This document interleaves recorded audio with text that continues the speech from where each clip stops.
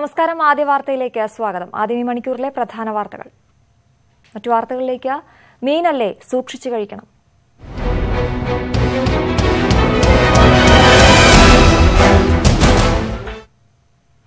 Aryankavu check പോസ്റ്റിൽ formalin ഉപയോഗിച്ച 9.5 ton മത്സ്യം പിടികൂടി. ഭക്ഷ്യസുരക്ഷാ വകുപ്പിന്റെ നേതൃത്വത്തിൽ നടത്തിയ പരിശോധനയിലാണ് വൻ വിഷമത്സ്യവേട്ട. പിടികൂടിയ 2 ലോറികളിൽ നിന്ന് ശേഖരിച്ച മത്സ്യസാമ്പിളുകൾ വിദഗ്ധ പരിശോധനയ്ക്ക് അയക്കും. വിവരങ്ങളുമായി ആര്യങ്കാവ് ചെക്ക് പോസ്റ്റിൽ നിന്നും ശ്യാം ദേവരാജ് തയ്യാറാക്കിയ റിപ്പോർട്ടിലേക്ക്. മാരക രാസവസ്തുക്കൾ അടങ്ങിയ ഫോർമാലിൻ അടങ്ങിയ മത്സ്യങ്ങൾ ചെക്ക് പോസ്റ്റ് വഴി കടത്തുന്നുണ്ട്. ഇതിന്റെ ഭാഗമായി ആര്യങ്കാവ് ചെക്ക് പോസ്റ്റിൽ ഫുഡ് സേഫ്റ്റി അതോറിറ്റിയുടെ നേതൃത്വത്തിൽ വ്യാപകമായ കർശനമായ പരിശോധനയാണ് നടത്തിയത്. ഇപ്പോൾ ആര്യങ്കാവ് ചെക്ക് പോസ്റ്റിൽ നിന്നും ഏതാണ്ട് 9.5 ടൺ 2 വാഹനങ്ങളിൽ നിന്നായി 9.5 ടൺ മീനാണ് പിടികൂടിയത്. ഇതിൽ 7 ടൺ ചെമ്മീനാണ്. മറ്റു മത്സ്യങ്ങൾ 2.5 ടണ്ണും വരും. ഇതിന്റെ വിശദാംശങ്ങൾ നമ്മളോടൊപ്പം പങ്കുവയ്ക്കാൻ ഇപ്പോൾ assistant food safety commissioner K Ajith Kumar ഉണ്ട്. സർ, ഇതിൽ ഇപ്പോൾ എത്ര മത്സ്യമാണ്, എത്ര ടൺ അല്ലെങ്കിൽ എത്ര അളവിലുള്ള മത്സ്യമാണ് ഇപ്പോൾ പിടികൂടിയത്? ഭക്ഷ്യസുരക്ഷാ വകുപ്പിൻ്റെയും കേരള സംസ്ഥാന ഗവൺമെൻറ്റിൻ്റെയും ഏറ്റവും ജനകീയമായ ഒരു പ്രോജക്റ്റാണ് ഓപ്പറേഷൻ സാഗറാണി. ഇതിൻ്റെ 3ാം ഘട്ട പ്രവർത്തനങ്ങളാണ് നടന്നു വരുന്നത്. ഇതിൻ്റെ ആയിട്ട് ഇന്ന് ആര്യങ്കാവ് ചെക്ക് പോസ്റ്റിലും അതുപോലെ തന്നെ മഞ്ചേശ്വരം ചെക്ക് പോസ്റ്റിലും പരിശോധന നടക്കുന്നുണ്ട്. ഇന്ന് നടന്ന പരിശോധനയിൽ 11 വാഹനങ്ങളിൽ നിന്ന് പരിശോധിച്ചു. അതിൽ നിന്ന് 2 വാഹനങ്ങളിലായി വന്ന തമിഴ്നാട്ടിലെ മണ്ഡപത്തു നിന്ന് വന്ന ഒരു 7 ടൺ ചെമ്മീനും അതുപോലെ മറ്റ് 2 വാഹനങ്ങളിലായി വന്ന 2.5 ടണ്ണും ഫോർമാലിൻ കലർന്നതായിട്ടാണ് ശ്രദ്ധയിൽപ്പെട്ടിരിക്കുന്നത്. വിദഗ്ധ പരിശോധനകളിലേക്ക് ഈ സാമ്പിളിൽ എടുത്തിട്ടുണ്ട്. അത് മൈസൂരിലും CFTRയിലും CFTR സ്വിഫ്റ്റിലും എറണാകുളത്തും പരിശോധനയ്ക്കും നമ്മുടെ ലാബിലേക്കും പരിശോധനയ്ക്ക് അയക്കുന്നുണ്ട്. ഇതിലിപ്പോൾ ഇനി എന്തെല്ലാം നടപടിക്രമങ്ങളാണ് ഇവിടെ പൂർത്തിയാക്കിയത്? ഇനി എന്തെല്ലാം നടപടികളാണ് ഇവർക്കെതിരെ നിയമ നടപടികളാണ് സ്വീകരിക്കുന്നത്? പ്രാഥമിക പരിശോധനയാണ് ഇപ്പോൾ നടന്നേക്കുന്നത്. പ്രാഥമിക പരിശോധനയിൽ ഫോർമാലിൻ്റെ അംശം കണ്ടെത്തിയിട്ടുണ്ട്.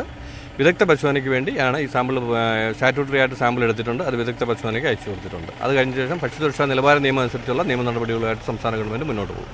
ഇപ്പോൾ ഇവിടെ പിടികൂടിയിട്ടുള്ള മത്സ്യങ്ങളുടെ ആകെ അളവ് എത്രയാണ്? ഏകദേശം 9.5 ടൺ മത്സ്യമാണ് ഇന്നിപ്പോൾ പിടിച്ചെടുത്തിരിക്കുന്നത്. എന്ത് പരിശോധനയാണ്, അടിസ്ഥാനത്തിലുള്ള ശാസ്ത്രീയമായ പരിശോധന? സ്വിഫ്റ്റ് ഡെവലപ്പ് ചെയ്ത ഒരു സ്ട്രിപ്പ് മെത്തേഡാണ് പരിശോധന നടത്തിയിരിക്കുന്നത്. ആ സ്ട്രിപ്പ് മെത്തേഡിൽ സ്പോട്ടിൽ നിന്ന് നമുക്ക് സാന്നിധ്യം ഉണ്ടെന്നുണ്ടെങ്കിൽ, ഫോർമാലിൻ സാന്നിധ്യം ഉണ്ടെങ്കിൽ നമുക്ക് അറിയാൻ പറ്റും. അതാണ് നടത്തിയിരിക്കുന്നത്. തീർച്ചയായും ആര്യങ്കാവ് ചെക്ക് പോസ്റ്റിൽ നടത്തിയ പരിശോധനയിൽ 11 വാഹനങ്ങൾ പരിശോധിച്ചു. ഇതിൽ 2 വാഹനങ്ങളിൽ നിന്നായി ഏതാണ്ട് 9.5 ടൺ മത്സ്യം, ഫോർമാലിൻ അടങ്ങിയ മത്സ്യമാണ് പിടികൂടിയത്. ഇത് ഭക്ഷ്യസുരക്ഷാ വകുപ്പ് അധികൃതർ സീൽ ചെയ്യുകയും ചെയ്തു. ഇതിൽ 7 ടണ്ണും ചെമ്മീനാണ്. സംസ്ഥാനത്തിന്റെ വിവിധ ഭാഗങ്ങളിലേക്ക്, പ്രത്യേകിച്ചും കൊല്ലം ജില്ലയുടെ വിവിധ ഭാഗങ്ങളിലേക്ക് അടക്കം വിതരണം ചെയ്യാനെത്തിച്ച, വിൽപ്പനയ്ക്കെത്തിച്ച മത്സ്യങ്ങളാണ് പിടികൂടുകയും ചെയ്തത്. ഇത് ഭക്ഷ്യസുരക്ഷാ വകുപ്പ് അധികൃതർ പിടികൂടി സീൽ ചെയ്യുകയും ചെയ്തു. ആര്യങ്കാവ് ചെക്ക് പോസ്റ്റിലാണ് ഇത്തരമൊരു കർശനമായ പരിശോധന നടന്നത്. ആര്യങ്കാവ് ചെക്ക് പോസ്റ്റിൽ നിന്നും ക്യാമറാമാൻ ഷിജു ചവറയ്ക്കൊപ്പം ശ്യാം ദേവരാജ്, ന്യൂസ് 18. ട്രോളിംഗ് നിരോധനം ആരംഭിച്ചതോടെയാണ് ഇതര സംസ്ഥാനങ്ങളിൽ നിന്നുള്ള മീനുകൾ സംസ്ഥാനത്തെ വിപണിയിൽ വൻതോതിൽ എത്തുന്നത്. വിൽക്കുന്നതിൽ പകുതിയോളവും ഇതര സംസ്ഥാനങ്ങളിൽ നിന്നാണ് എത്തുന്നുവെന്നാണ് കണക്ക്. എന്നാൽ വിൽപ്പനയ്ക്കായി എത്തുന്ന മീനുകളുടെ ഗുണനിലവാരം പരിശോധിക്കാനുള്ള സംവിധാനങ്ങളും നമ്മുടെ ചെക്ക് പോസ്റ്റുകളിൽ ഇല്ല. നാൾക്കുനാൾ കേരളത്തിന്റെ മത്സ്യലഭ്യത കുറഞ്ഞു വരികയാണ്. കേരള തീരത്തിന്റെ മത്സ്യലഭ്യത ഒരു വർഷം ശരാശരി 5 ലക്ഷം ടണ്ണാണ്. ഉൾനാടൻ മത്സ്യം 1.5 ലക്ഷം ടണ്ണും. എന്നാൽ കേരളത്തിന്റെ ഉപഭോഗം എന്നത് ശരാശരി 9 ലക്ഷം ടണ്ണാണ്. ശേഷിക്കുന്ന 40% കുറവാണ് അന്യസംസ്ഥാനങ്ങൾ നികത്തുന്നത്. ഒരു ദിവസം മാത്രം 800 ടൺ മത്തി കേരളത്തിലേക്ക് എത്തുന്നുണ്ട്. കേരളത്തിന്റെ മത്സ്യലഭ്യതയിൽ ഉണ്ടായ കുറവാണ് ട്രോളിംഗ് കാലത്ത് വൻതോതിൽ അന്യസംസ്ഥാന മത്സ്യങ്ങളുടെ വരവിന് കാരണം. വെളിയിൽ നിന്ന് വരുന്ന ഫിഷസാണ്. കേരളത്തിന് വെളിയിൽ നിന്ന് വരുന്ന മീനുകളാണ് കൂടുതൽ. കേരളത്തിലേക്ക് എത്തിക്കുമ്പോൾ മീൻ കേടാകാതിരിക്കാനാണ് ഫോർമാലിൻ ഉൾപ്പെടെയുള്ള രാസവസ്തുക്കൾ ചേർക്കുന്നത്. അന്യസംസ്ഥാനത്ത് നിന്നെത്തുന്ന മത്സ്യങ്ങൾ മായം കലർന്നതാണെന്ന് വിൽപ്പനക്കാരും സമ്മതിക്കുന്നുണ്ട്. പക്ഷേ ചെറുകിട വിൽപ്പന കേന്ദ്രങ്ങളിൽ അവ വിൽക്കാറില്ലെന്നും ഇവർ പറയുന്നു. ഇവര് കൊണ്ടുവന്ന മീൻ ഇപ്പോൾ ടെസ്റ്റ് ചെയ്ത് കഴിഞ്ഞിട്ടാണ് ഇപ്പോൾ പറഞ്ഞത് ഇങ്ങനെയുള്ള അവസ്ഥ പറയണത്. അപ്പോഴാണ് ഞങ്ങളൊക്കെ അറിയണത്. ഞങ്ങൾക്ക് അറിഞ്ഞുകൂടപ്പോൾ ഈ മീനൊക്കെ ഇങ്ങനെയാണെന്നുള്ളത്. ഇവിടെ ഞങ്ങൾ എടുത്ത് വെക്കണ മീനാണ് ഈ കാണുന്ന ഈ മീൻ തരങ്ങളൊക്കെ. ഇവിടെ വള്ളത്തിലെ മീനാണ് എടുത്ത് വെക്കണം. ഇവിടെ വരമീനൊന്നും പോയി ഞങ്ങൾ എടുത്ത് വെക്കാറില്ല. കഴിഞ്ഞ വർഷം ഒമാനിൽ നിന്നുവരെ കേരളത്തിൽ മത്തി വിൽപ്പനയ്ക്ക് എത്തിച്ചിരുന്നു. ചെക്ക് പോസ്റ്റുകളിൽ പരിശോധനയില്ലാത്തത് സ്ഥിതി ഗുരുതരമാക്കുന്നു. ട്രോളിംഗ് നിരോധനം നിലവിൽ വന്നതോടെയാണ് അന്യസംസ്ഥാനത്തു നിന്ന് മത്സ്യങ്ങൾ കൂടുതലായി കേരളത്തിലേക്ക് എത്തിച്ചു തുടങ്ങിയത്. ഈ സാഹചര്യം മുതലെടുക്കാൻ വേണ്ടിയാണ് ഫോർമാലിൻ അടക്കമുള്ള രാസപദാർത്ഥങ്ങൾ കലർത്തിയ മത്സ്യങ്ങളും ഇവിടേക്ക് വ്യാപകമായി എത്തിക്കുന്നത്. കൊച്ചിയിൽ നിന്ന് ക്യാമറമാൻ ശ്യാംദാസിനൊപ്പം ഡാനി പോൾ, ന്യൂസ് 18. വാളയാറിൽ ഇന്നലെ പിടിച്ചെടുത്ത മീനിൽ കിലോഗ്രാമിൽ 4.1 മില്ലിഗ്രാം ഫോർമാലിൻ. ഭക്ഷ്യസുരക്ഷാ വിഭാഗം നടത്തിയ വിദഗ്ധ പരിശോധനയിലാണ് മാരകമായ അളവിലുള്ള ഫോർമാലിൻ സാന്നിധ്യം സ്ഥിരീകരിക്കപ്പെട്ടത്. മീൻ ആന്ധ്രയിലേക്ക് തിരിച്ചയക്കാനാണ് തീരുമാനം. ആര്യങ്കാവ്, മഞ്ചേശ്വരം ചെക്ക് പോസ്റ്റുകളിൽ പരിശോധന തുടരുകയാണ്. ശനിയാഴ്ചയാണ് വാളയാറിൽ ആന്ധ്രാപ്രദേശിൽ നിന്നുള്ള 4 ടൺ മീൻ പിടികൂടിയത്. ഓപ്പറേഷൻ സാഗർ റാണിയുടെ ഭാഗമായായിരുന്നു പരിശോധന. ഫോർമാലിന്റെ സാന്നിധ്യം തിരിച്ചറിഞ്ഞ ഭക്ഷ്യസുരക്ഷാ വകുപ്പ് ഉദ്യോഗസ്ഥർ വിശദമായ പരിശോധന നടത്തി. വെല്ലിംഗ്ടൺ ഐലൻഡിലെ ഫിഷറീസ് ലാബിൽ നടത്തിയ പരിശോധനയിൽ ഫോർമാലിന്റെ സാന്നിധ്യം തെളിഞ്ഞു. 1 കിലോഗ്രാമിൽ 4.1 മില്ലിഗ്രാം എന്ന കണക്കിലായിരുന്നു ഫോർമാലിൻ ചേർത്തിരുന്നത്. ആലപ്പുഴയിലെ ഒരു കമ്പനിയിലേക്ക് എന്ന പേരിലാണ് മീൻ കൊണ്ടുവന്നത്. എന്നാൽ അങ്ങനെയൊരു കമ്പനി കണ്ടെത്താനായിട്ടില്ല. മീൻ ലോറി ആന്ധ്രയിലേക്ക് തിരിച്ചയക്കാൻ ഭക്ഷ്യസുരക്ഷാ കമ്മീഷണർ നിർദ്ദേശം നൽകി. ഇതര സംസ്ഥാനങ്ങളിൽ നിന്നുള്ള വിഷമത്സ്യക്കടത്ത് തടയാൻ വരും ദിവസങ്ങളിലും പരിശോധന നടത്തും. ന്യൂസ് 18 തിരുവനന്തപുരം. പോലീസിലെ പ്രശ്നങ്ങൾ പരിഹരിക്കാൻ മുഖ്യമന്ത്രി വിളിച്ചു ചേർത്ത യോഗം ഇന്ന്. എസ്പിമാർ ഉൾപ്പെടെ മുകളിലേക്കുള്ള ഉദ്യോഗസ്ഥരെ പങ്കെടുപ്പിച്ച തിരുവനന്തപുരത്താണ് യോഗം. ഒന്നിനു പിറകെ ഒന്നായി വിവാദങ്ങൾ പോലീസിനെ പിടികൂടിയിരിക്കുകയാണ് മുഖ്യമന്ത്രിയുടെ നേരിട്ടുള്ള ഇടപെടൽ. സംസ്ഥാനത്ത് മറ്റു വകുപ്പുകൾ പരമാവധി വിവാദങ്ങൾ ഒഴിവാക്കി മുന്നോട്ടു പോകുമ്പോൾ സർക്കാരിന് തലവേദനയായ പോലീസിൽ പിണറായിയുടെ അറ്റകൈ പ്രയോഗമുണ്ടാകുമെന്നാണ് കരുതുന്നത്. ജിഷ്ണുവിന്റെ അമ്മ മഹിജയെ പോലീസ് ആസ്ഥാനത്തിന് മുന്നിൽ മർദ്ദിച്ചത്, ശ്രീജിത്തിന്റെ കസ്റ്റഡി മരണം, കെവിന്റെ കൊലപാതകം, ഗണേഷ് കുമാർ MLA യുവാവിനെ മർദ്ദിച്ചത് തുടങ്ങി വിരലിലെണ്ണിയാൽ തീരാത്ത ആരോപണങ്ങൾ.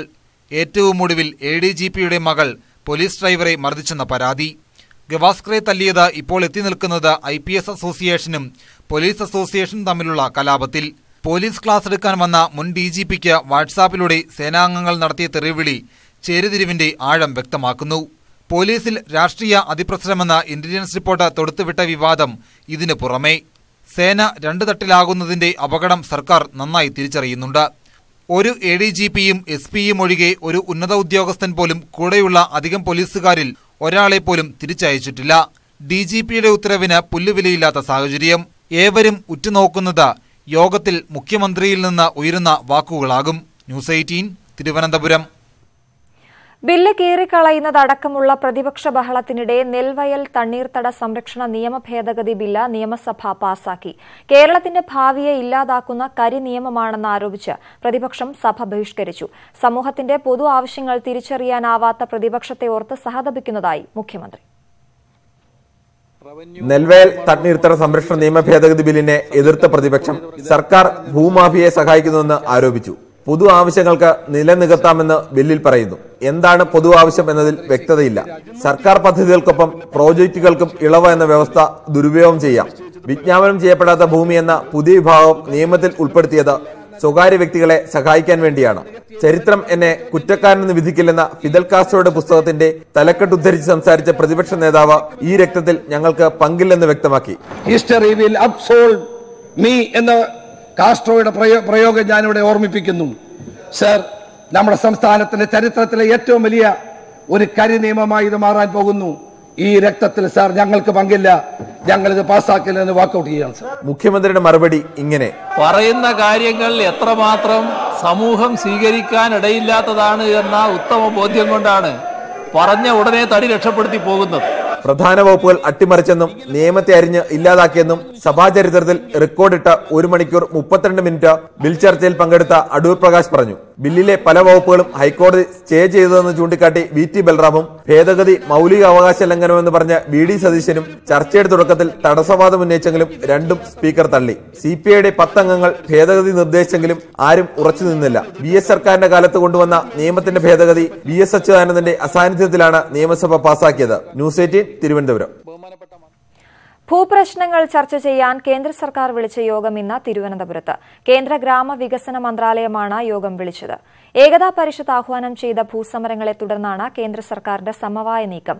ഇന്ന് തിരുവനന്തപുരം തൈക്കാട് ഗസ്റ്റ് ഹൌസിൽ നടക്കുന്ന യോഗത്തിൽ കേരളം, തമിഴ്നാട്, കർണാടക, ആന്ധ്രാപ്രദേശ്, തെലങ്കാന സംസ്ഥാനങ്ങളിലെ വനം, റവന്യൂ സെക്രട്ടറിമാർ പങ്കെടുക്കും.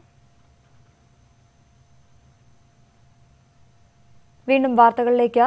വരാപ്പുഴ കസ്റ്റഡി കൊലക്കേസിൽ സിബിഐ അന്വേഷണം ആവശ്യപ്പെട്ടുള്ള ഹർജിയിൽ ഹൈക്കോടതി ഇന്ന് വിധി പറയും. ലോക്കൽ പോലീസ് കേസ് അന്വേഷിച്ചാൽ യഥാർത്ഥ പ്രതികളെ പുറത്തു കൊണ്ടുവരാനാകില്ലെന്ന് കാട്ടി ശ്രീജിത്തിന്റെ കുടുംബമാണ് കോടതിയെ സമീപിച്ചത്. കേസ് അന്വേഷണത്തിൽ വീഴ്ചയുണ്ടെന്ന് സിബിഐ അഭിഭാഷകർ കോടതിയിൽ നിലപാട് അറിയിച്ചിരുന്നു. കൊലപാതകത്തിൽ AV ജോർജിന് പങ്കില്ലെന്നും നിയമവിരുദ്ധമായി RTF രൂപവൽക്കരിച്ചതിന് വകുപ്പുതല നടപടിയെടുത്തതായും സർക്കാർ നേരത്തെ കോടതിയെ ബോധിപ്പിച്ചിരുന്നു. പത്തനംതിട്ട ജില്ലയിൽ പനി പടർന്നു പിടിക്കുന്നു. ഡെങ്കിപ്പനിയും എലിപ്പനിയും ബാധിച്ച് നിരവധി പേർ വിവിധ ആശുപത്രികളിൽ ചികിത്സയിലാണ്. ടൈപ്പ് 3 ഡെങ്കി വൈറസ് കണ്ടെത്തിയതോടെ ആശങ്ക കനത്തു. ജില്ലയിൽ 300-ലേറെ പേർക്ക് ഡെങ്കിപ്പനിയും 80 പേർക്ക് എലിപ്പനിയും ബാധിച്ചതായാണ് ആരോഗ്യവകുപ്പിന്റെ കണക്കുകൾ. തലച്ചോറിനെ ബാധിക്കുന്ന മാരകമായ ടൈപ്പ് 3 വൈറസ് അടക്കം 4 ഇനം ഡെങ്കി വൈറസുകളും ജില്ലയിൽ കണ്ടെത്തി. നാരായണമൂഴി പഞ്ചായത്തിലെ 11-കാരനായ കുട്ടിയിലാണ് ടൈപ്പ് 3 ഡെങ്കി വൈറസ് കണ്ടെത്തിയത്. മഞ്ഞപ്പിത്തവും മറ്റ് മഴക്കാല രോഗങ്ങളും ജില്ലയിലാകെ പടരുകയാണ്. അടൂരിലും പരിസര പ്രദേശങ്ങളിലും മലമ്പനി പരത്തുന്ന അനോഫിലസ് കൊതുകുകളെയും കണ്ടെത്തിയിട്ടുണ്ട്. ഫെബ്രുവരി മാർച്ച് മാസങ്ങളിൽ നടത്തേണ്ട മഴക്കാലപൂർവ്വ രോഗ പ്രതിരോധ പ്രവർത്തനങ്ങൾ ഏകോപിപ്പിക്കുന്നതിൽ വന്ന വീഴ്ചയാണ് പനിയും പകർച്ചവ്യാധിയും പടരാൻ ഇടയാക്കിയതെന്ന് ആരോപണമുണ്ട്. ഈ ദുരന്തം ഇവിടെ വലിച്ചു വെച്ചിരിക്കുന്നത് ഇവിടുത്തെ ഉദ്യോഗസ്ഥരുടെ പിടിപ്പുകേട് കൊണ്ട് തന്നെ ശരിയായ നേതൃത്വം ഉണ്ടായിട്ടില്ല, ജാഗ്രതകൾ കൊടുത്തിട്ടില്ല. ഇപ്പോൾ വളരെ ആശുപത്രി വെച്ച് കൂടിയ മീറ്റിംഗിൽ കുടുംബശ്രീ പ്രവർത്തകരുടെ കയ്യിൽ അല്പം ബ്ലീച്ചിങ് പൗഡർ കൊടുത്ത് വീടുകളിലേക്ക് വിടുകയാണ്. അല്ല, ഉദ്യോഗസ്ഥരാരും ഫീൽഡിൽ ഇറങ്ങിയിട്ടില്ല. ഇതുപോലെ ഈ അനാസ്ഥയ്ക്കെതിരെ ഉന്നത തലത്തിൽ നിന്ന് ശക്തമായ അന്വേഷണ നടപടി ഉണ്ടാകണമെന്നാണ് ഞാൻ പറയുന്നത്. ഉദ്യോഗസ്ഥരുടെ വീഴ്ചയെക്കുറിച്ച് അന്വേഷിക്കണമെന്നാവശ്യപ്പെട്ട് ജില്ലാ ലീഗൽ സർവീസ് അതോറിറ്റിക്ക് പരാതി നൽകിയതായും അദ്ദേഹം പറഞ്ഞു. ന്യൂസ് 18 പത്തനംതിട്ട. പാകിസ്ഥാൻ ആഗോള ഭീകരതാ പട്ടികയിൽ സ്ഥാനം പിടിച്ചേക്കും. ഭീകരവാദത്തെ പിന്തുണയ്ക്കുകയും ഭീകരരെ സഹായിക്കുകയും ചെയ്യുന്ന രാജ്യങ്ങളുടെ പട്ടിക തയ്യാറാക്കുന്ന ഫിനാൻഷ്യൽ ആക്ഷൻ ടാസ്ക് ഫോഴ്സിന്റെ റിപ്പോർട്ടിൽ പാകിസ്ഥാനും സ്ഥാനം പിടിക്കുമെന്നാണ് സൂചന. പട്ടികയിൽ ഉൾപ്പെട്ടാൽ വിദേശത്തു നിന്നുള്ള സാമ്പത്തിക സഹായത്തിന് നിയന്ത്രണം വരും. ഇത് പാകിസ്ഥാനെ സാമ്പത്തിക പ്രതിസന്ധിയിലാക്കും. 2012-ൽ റിപ്പോർട്ടിൽ ഉൾപ്പെട്ടേക്കാവുന്ന സാധ്യത പട്ടികയിലുണ്ടായിരുന്നെങ്കിലും അന്തിമ പട്ടികയിൽ നിന്ന് പാകിസ്ഥാനെ ഒഴിവാക്കി. പാരീസിൽ 6 ദിവസത്തെ ചർച്ചകൾക്ക് ശേഷമാകും പട്ടിക പുറത്തിറക്കുക. രാജ്യത്തിന്റെ പേര് ഒഴിവാക്കാനുള്ള ശ്രമങ്ങളുടെ ഭാഗമായി പാകിസ്ഥാൻ ധനകാര്യമന്ത്രി ഷംഷാദ് അക്തർ പാരീസിലേക്ക് തിരിച്ചിട്ടുണ്ട്. ഭീതിയൊഴിയാതെ ഭൂമി വീണ്ടുമാറിയ മലപ്പുറം പെരുമണ്ണക്ലാരി. ഭൂമിയുടെ വിള്ളലിൽ വെള്ളം നിറഞ്ഞതോടെ ആശങ്കയിലാണ് പ്രദേശവാസികൾ. അതേസമയം വീട് തകർന്നവർക്ക് സമാശ്വാസ നടപടിയെന്ന നിലയിൽ 4 ലക്ഷം രൂപ നൽകുമെന്ന റവന്യൂ മന്ത്രിയുടെ പ്രഖ്യാപനം എങ്ങുമെത്താതെ തുടരുകയാണ്. News 18 follow up.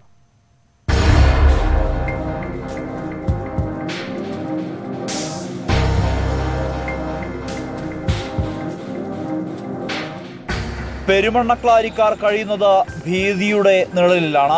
ഭൂമി വീണ്ടുമാറിയിടത്തേക്ക് ആളുകൾ പ്രവേശിക്കാതിരിക്കാൻ വേലി കെട്ടിത്തിരിക്കണമെന്ന് നാട്ടുകാർ ആവശ്യപ്പെട്ടിട്ടും നടപടിയുണ്ടായില്ല. 70 മീറ്റർ മാത്രം അകലെയാണ് LP സ്കൂൾ. മഴ കനത്തതോടെ വിടവുകളിൽ വെള്ളം നിറഞ്ഞിട്ടുണ്ട്. കൗതുകത്തിന് കുട്ടികൾ എത്തിനോക്കിയാൽ പോലും അത് വലിയ അപകടം ക്ഷണിച്ചു വരുത്തും. കുട്ടികൾ വന്നു കഴിഞ്ഞാൽ ഇതിനകത്ത് ഇത് വെള്ളം മേലെത്തി ഇനി ഇത് എന്ത് സംഭവിക്കും എന്നുള്ള രീതിയിലുള്ളതാണ് ഇപ്പോഴത്തെ അവസ്ഥ. പഞ്ചായത്തിനോട് സമീപിച്ചിട്ടുണ്ട്. പഞ്ചായത്ത് താൽക്കാലികമായിട്ടൊരു വേലി സ്ഥാപിക്കാമെന്ന് പറഞ്ഞ് ഞങ്ങൾ സ്കൂൾ തുറക്കുന്നതിന് മുന്നേ പറഞ്ഞതായിരുന്നു. ഇപ്പം എന്തായാലും 2 ദിവസത്തിനുള്ളിൽ വേലി സ്ഥാപിക്കും എന്നാണ് പ്രസിഡന്റ് പറഞ്ഞത്. കൂടുതലായിട്ട് കുറച്ച് ഗ്യാപ്പ് ഒന്നും കൂടി ഇരുന്നതായിട്ടാണ് ഇപ്പോൾ നോക്കുമ്പോൾ കാണുന്നത്. പിന്നെ ഈ സംഭവത്തിന് ശേഷം നമ്മളൊന്നും ഇങ്ങോട്ട് വരാറില്ലായിരുന്നു. ഇപ്പം ഇന്ന് നോക്കുമ്പോൾ കുറച്ചും കൂടി കൂടുതലായിട്ടുണ്ട്. ഭൂമിയിൽ വിടവിന്റെ അകലം കൂടി വരുന്നുണ്ട്.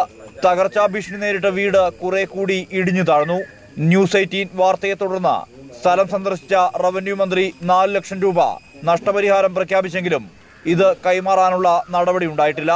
വാടക വീട്ടിലാണ് കുടിയൊഴിയേണ്ടി വന്നവർ കഴിയുന്നത്. അപ്പോൾ താൽക്കാലികം 1-2 മാസത്തേത് പഞ്ചായത്ത് ഏറ്റെടുക്കാം എന്ന് പറഞ്ഞിട്ടുണ്ട്.